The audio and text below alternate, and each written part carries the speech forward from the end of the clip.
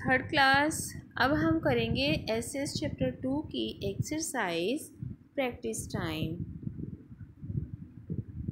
Are important for agriculture. कौन important होता है एग्रीकल्चर के लिए? माउंटेन्स नो, हिल्स नो और प्लेन्स होते हैं, क्योंकि माउंटेन्स ऊंची जगह होती है, वहाँ पर पानी भी नहीं टिकेगा तो फसल नहीं होगी। प्लेन्स में होती है।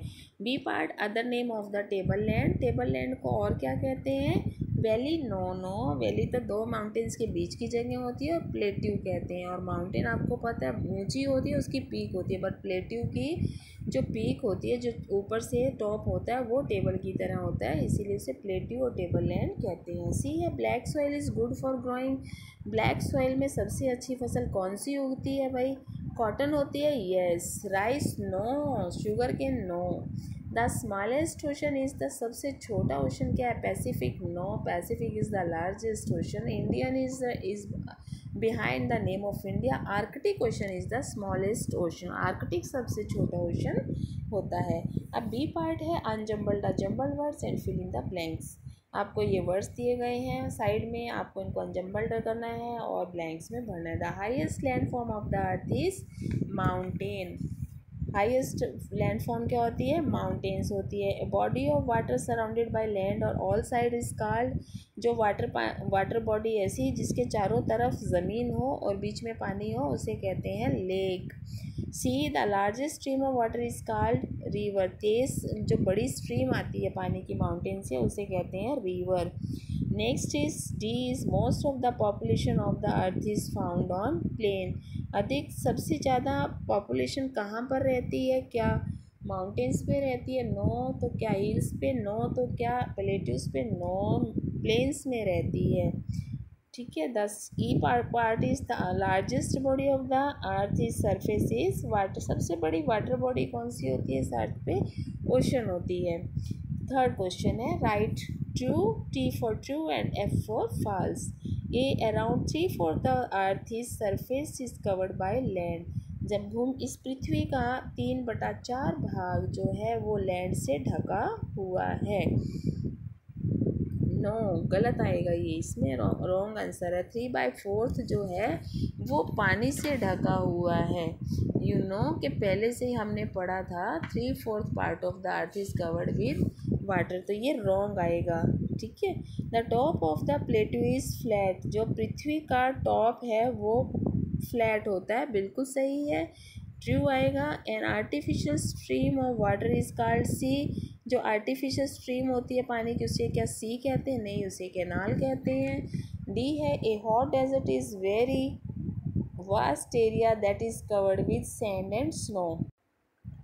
जो एक बहुत गर्म मरुस्थल होता है, वास्ट एरिया, उसमें रेत और बर्फ़ दोनों होते हैं? नो नो नो नो, सिर्फ उसमें सैंड होती है, स्नो नहीं होती है, इसलिए यहाँ फॉल्स आएगा। ए pond is a water body larger than the lake. जो तालाब होता है वो लेक से बड़ा होता है? नहीं, ये भी गलत है, लेक बड़ी होती है और पॉन्ड छोटा होता है। नेक्स्ट है आपको कुछ एनिमल्स दिए given below the pictures of some animals, write name of their these where these animals are found. कुछ एनिमल्स के नाम है, ये आपको बताना है कि कहाँ पर पाए जाते हैं। जैसे कि कैमल है, वो डेजर्ट में मिलता है। ये दूसरे वाला आई डोंट नो। उसके बाद आपके पास ये डॉल्फिन और ये फ़िश है, वेल फ़िश है, ये ओशंस में पाई जाती है। और जो ये आपकी डॉल्फिन है ये सीज में पाई जाती है, और काऊ प्लेन्स में होती है। और ये लास्ट वन टाइगर जो है वो वाइल्ड एनिमल है, जंगल में मिलता है, यानी लैंड पर ही मिलता है।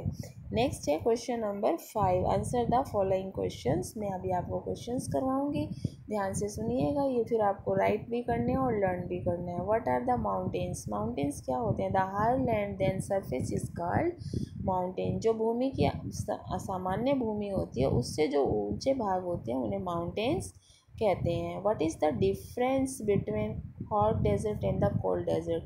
हॉट डेजर्ट और कोल्ड डेजर्ट में क्या अंतर होता है? जैसा कि नाम से ही पता लग रहा है, hot desert is land covered by sand. Hot desert में ज़मीन जो है वो सैंड से ढकी रहती है, और cold desert is covered by snow, और कोल्ड डेजर्ट जो है वो बर्फ़ से ढका रहता है, इसीलिए वो ठंडा होता है और इसीलिए उसे कोल्ड डेजर्ट कहते हैं। C question, name the 5 ocean in the world, संसार के 5 ओशंस के नाम बताओ। इसमें है number 1 Atlantic ocean, number 2 Indian ocean, number 3 Pacific ocean, number 4 Arctic ocean और नंबर 5 एंटार्क्टिका ओशंस। ठीक है। डी क्वेश्चन है, name the water bodies separates the continent, ऐसी कौन सी वाटर बॉडी है जो कॉन्टिनेंट्स को सेपरेट कर देती है। Oceans separates the continents. तो ये तो थे आज का हमारा अभ्यास जो आपने अभी पढ़ा।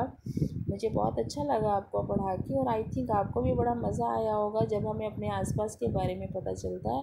तो इन्हें याद भी रखिएगा। और प्यारे बच्चों, इसमें भी हमारे पास एक और क्वेश्चन है, activity.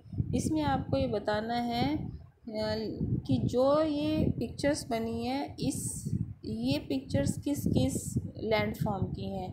Given below are the pictures of landforms and water bodies on the earth, write your names on the lines. जैसा कि मुझे अंडरस्टूड लग रहा है ये कि जो फर्स्ट है वो हिल्स हैं क्योंकि ऊंची भी है और इस पर ग्रास भी है, और बी पार्ट जो है वो माउंटेन्स हैं, देखिए इनकी पीक्स हैं, और थर्ड प्लेन्स हैं जहाँ पर खेती बाड़ी होती है।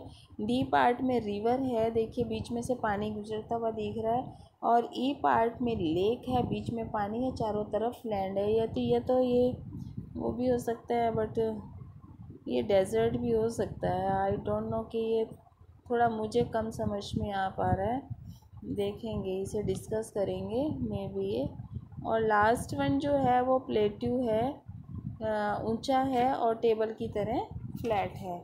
ठीक है, तो ये तो आपका आज का चैप्टर हुआ और फिनिश हुआ।